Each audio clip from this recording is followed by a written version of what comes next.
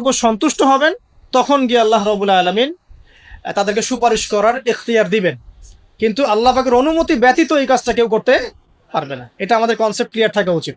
মান যাল্লাযী ইয়াশফাউ ইনদাহু ইল্লা বিইযনিহি ইয়ালামু মা বাইনা আইদিহিম ওয়া মা খালফাহুম। আল্লাহ পাক সেই সত্তা, আপনার রব সেই সত্তা যিনি সামনের এবং পিছনের খবর জানেন, মানে অতীত, বর্তমান, ভবিষ্যৎ সব জানেন। আদম আলাইহিস সালাম সৃষ্টি হওয়ার প্রথম দিন কি খেয়েছেন আল্লাহ পাক এখন জানেন। কথা বুঝতে পারছেন না? আমরা জানি? কোন ইতিহাসের বই আমাদেরকে সলিউশন দিতে পারবে? জান্নাত জাহান্নামের ফয়সালা হয়ে যাওয়ার পরে, এটা বোঝেন, জান্নাত জাহান্নামের ফয়সালা হয়ে যাওয়ার পর জান্নাতীরা 100 কোটি বছর পরে কি খাবে, কি করবে, কি পড়বে, আল্লাহ পাক এই মুহূর্তে সেটা জানেন। ঠিক একইভাবে জাহান্নামীরা জাহান্নামে যাওয়ার 100 কোটি বছর পর তাদের কি আযাব হবে, কি পানিশমেন্ট দেওয়া হবে, ওদের অবস্থা কি হবে, আল্লাহ পাক এখনই সেটা দেখতে পারেন। তা আমরা তো আল্লাহকে চিনি না, এই কারণে আমরা আল্লাহর বিরোধিতা করি, তার নবীর বিরোধিতা করি, ইসলাম কোরআন হাদিসের বিরোধিতা করছি। আমরা তো আল্লাহকে চিনি না।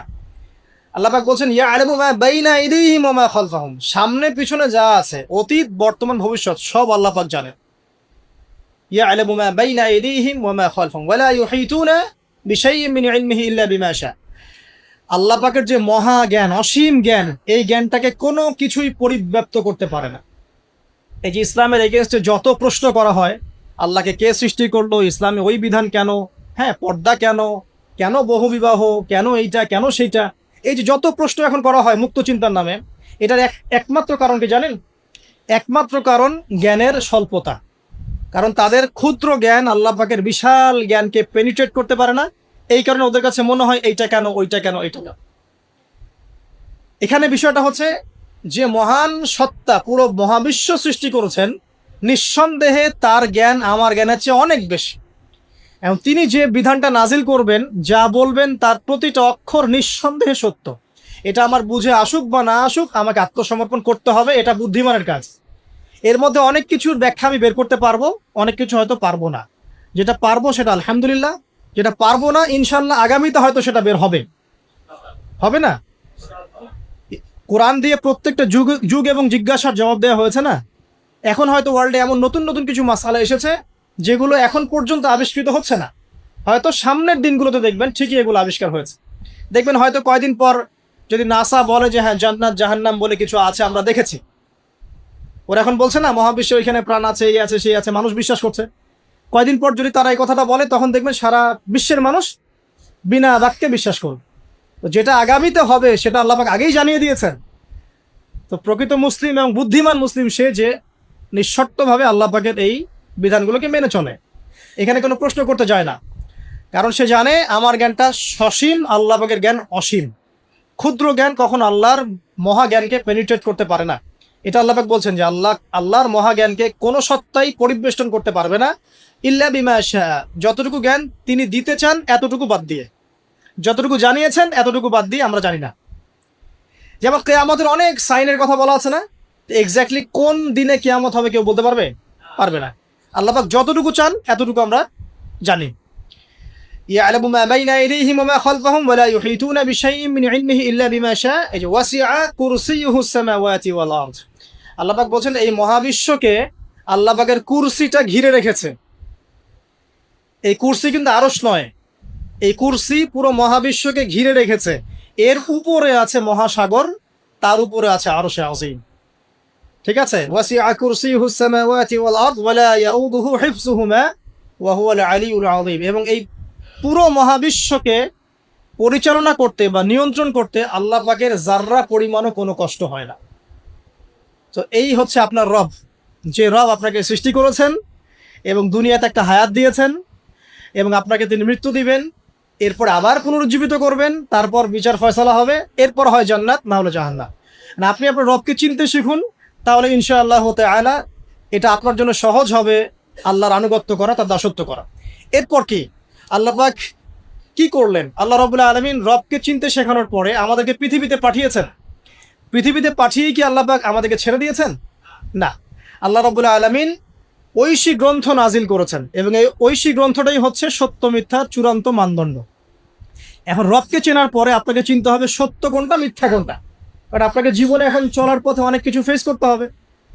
ফেস করতে গিয়ে হয় সত্যের পথে যাবেন, না হলে মিথ্যার পথে যাবেন। তাহলে আপনার আগে চেনার দরকার আছে কোনটা সত্য কোনটা মিথ্যা। এটার অ্যান্সারও কে দিবে? কোরআন দিবে।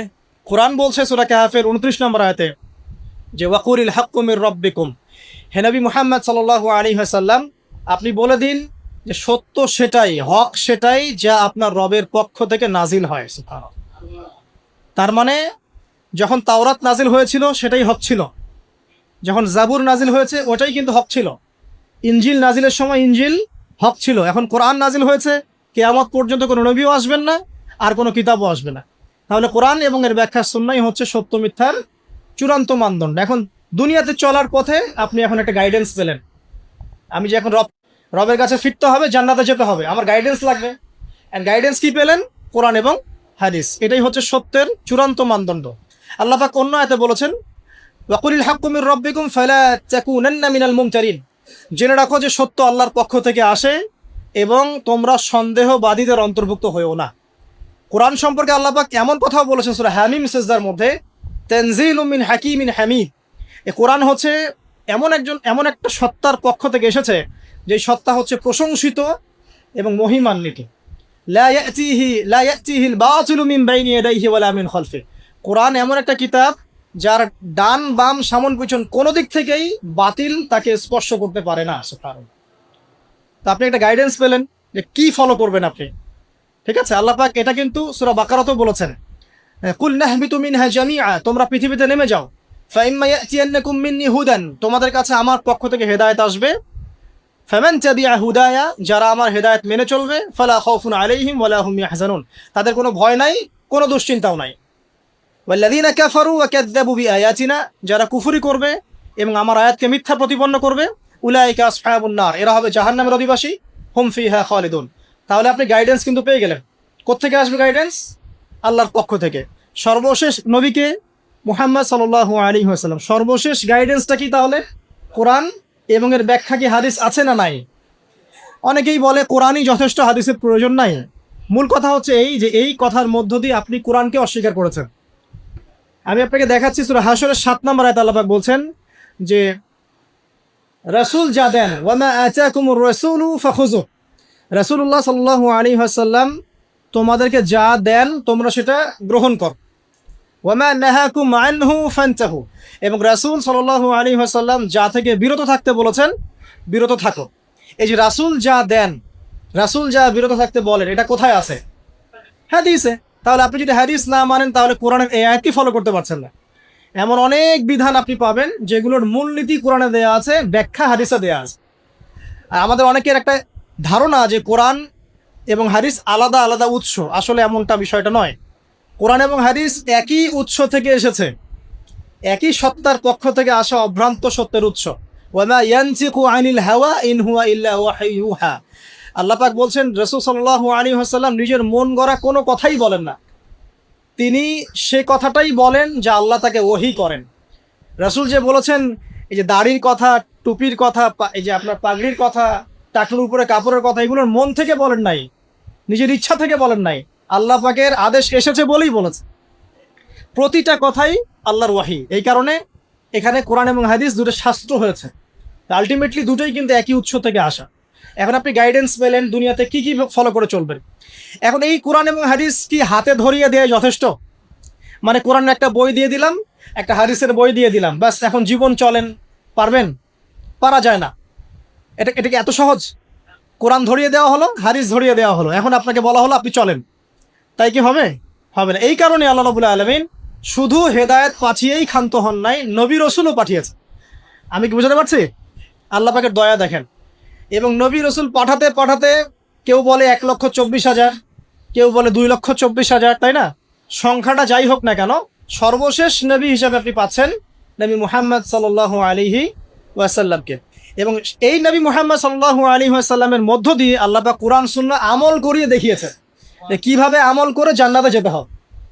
তাহলে আপনি রবকে চিনলেন, গাইডেন্স পেলেন, এবার রাসূলও পাচ্ছেন, একজন মুর্শিদ পাচ্ছেন, আপনি একজন পথ প্রদর্শক পাচ্ছেন। কাকে ফলো করবেন, কিভাবে ফলো করবেন? আল্লাহ পাক নামাজ পড়তে বলেছেন, যেভাবে ইচ্ছা সেভাবে নামাজ পড়তে পারবো না। রাসূল যেভাবে নামাজ পড়েছেন ওইভাবে পড়তে হবে। রোজা রাখতে বলেছেন, আমি কি ইচ্ছা মতো রোজা রাখতে পারবো?